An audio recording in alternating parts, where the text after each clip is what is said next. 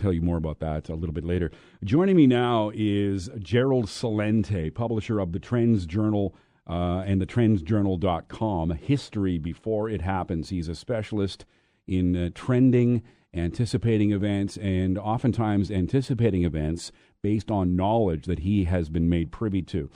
John Connally, then Texas governor in 1963, on the day of the assassination, had a conversation later in life about, nearly 30 years after the assassination, had a conversation with Gerald Celente. And Gerald Celente joins us now. Hello, Gerald. Hello, Glenn. How are you? Great for you to join us. John Connally, who was the governor of Texas, who was in the limousine along with Mrs. Kennedy and John Kennedy and Mrs. Connally, and actually took a bullet as well, had a conversation with you in Dallas nearly 30 years after the assassination. What did he tell you? Well, what happened was I had written the book Trend Tracking, and it was in 1989, and I had forecast in that book a new third-party movement. And for some reason, I mentioned Ross Perot as the type of political maverick. And this is 2 weeks now before the '92 election, and Connally asked to meet me meet him in Dallas. Why did he ask to meet you? Well, he wanted to know how come I forecasted it and what I saw coming. How could I have picked that out? So we had lunch at the Anatole Hotel, and then about four of us piled into a limousine, and we went to the book depository. I sent you a photo of me, him, and his wife Nellie in front of the book depository. And as we were sitting out in front of the depository in the limousine, he started saying what happened that day. He said, I heard a gunshot, and I looked over to my right. He said, I know it was a gunshot because I've been hunting since I'm a little boy. And, of course, that's where the grassy knoll was. The way we were parked to the right was the grassy knoll. He said, I was wearing a dark blue suit that day. I was having a Stetson hat. I was holding it on my knee. It was all crunched up in the limousine. In those days, they had the jump seats. And he said, I looked to my left, and there were brains on my shoulder. He said, I know they were brains because my daddy was a butcher. And he went on to explain what happened, how Nellie threw himself on top of him, and how they got to Parkland in about 12 minutes. And what saved his life was that there was a doctor that was on break, and he saw the motorcade come screaming into Parkland, and he happened to be a thoracic surgeon. And, of course, Connally's lung was blown open. And so the story goes on, but and I knew he was a dying man, by the way. My father, may rest in peace, died of asbestos poisoning, and this is in October of 1992. Connally passed on in June of '93, and he was on heavy doses of prednisone because of the lung wound was, I think he had adhesions, and they were trying to temper it down. And so I could see the same kind of death that was going through him that I saw in my dad. So we're going back into the Anatole Hotel, and he stops me, and he looks at me, and he said, I read your book, Trend Tracking. He said, it's a fine piece of work. And he said, I know your heart's in the right place. He said, but you don't have a clue what's going on. And neither do the American people, because if they did, there'd be a revolution in this country. So Gerald, I want to get back to the significance of what Connally told you. Why is this considered? Why is this a revelation to you? What did he say that you found startling? He said there'd be a revolution in this country if the people knew what was going on. This is a guy that was the Democratic governor of Texas. Wait a minute. So he wasn't there to tell you. You initially said that he regaled you with a tale of hearing a shot coming from his right and then noticing brain matter to his left. Are you saying that is significant in some way, or are you saying something else is? No, I'm just telling you the story of what he was telling us. What was significant was what he told me, that if the American people knew what was going on in this country, there would be a revolution. Did he mean then or now? This is what he was saying back in '92.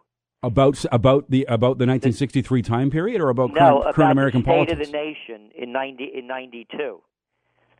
That how corrupt it was then. Now remember, this is the guy who was the Treasury Secretary under Nixon, who told Nixon actually to pack his bags. The game was over.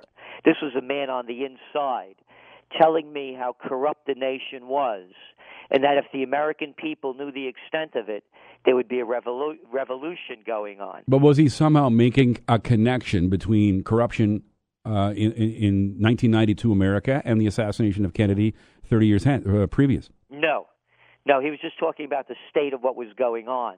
I was just relating to what was going on, how all this came about and how, we met and what he had told me about the state of the American political system, how corrupt it was, and that if the American people knew the extent of it, remember this is coming from a former Treasury Secretary, that there would be a revolution. Now, remember, this is a time, Glenn, when, America, we were just getting out of the recession of 92. The digital revolution's on the doorstep. The Cold War's over. So back then it was very hard to see how bad the nation was, but it was even bad then.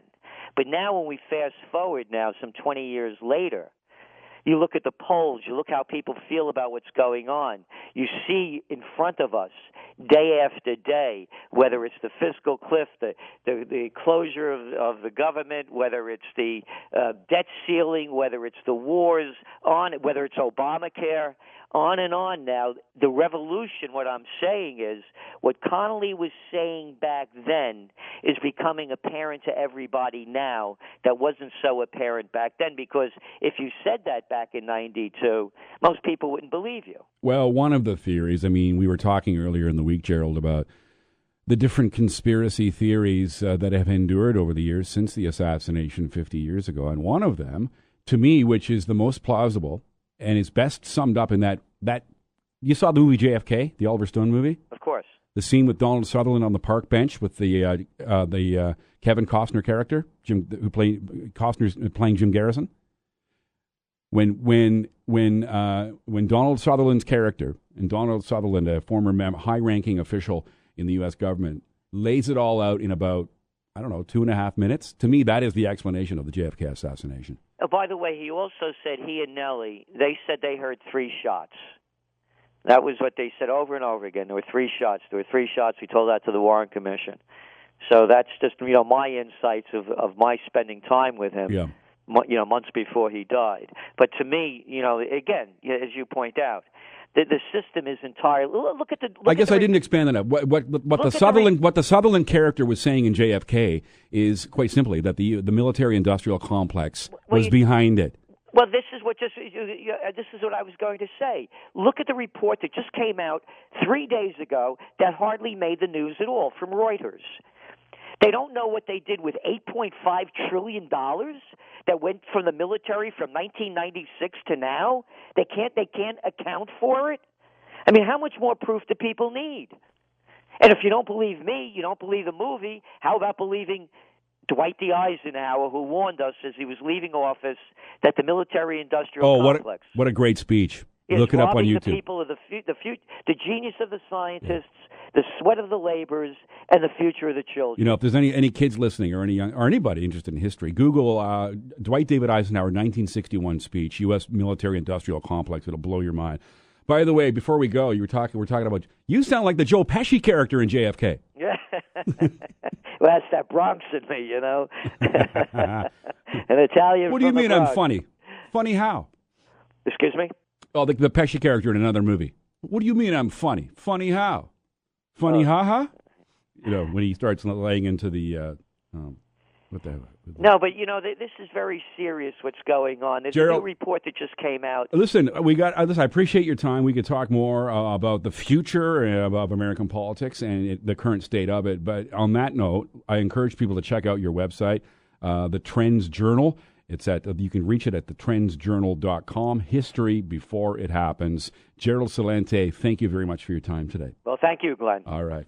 Coming back after the news, we're going to talk about, this is very timely. This is Bullying Awareness Week in Canada, and efforts are being made across the country to draw attention to the issue of bullying and how to prevent it.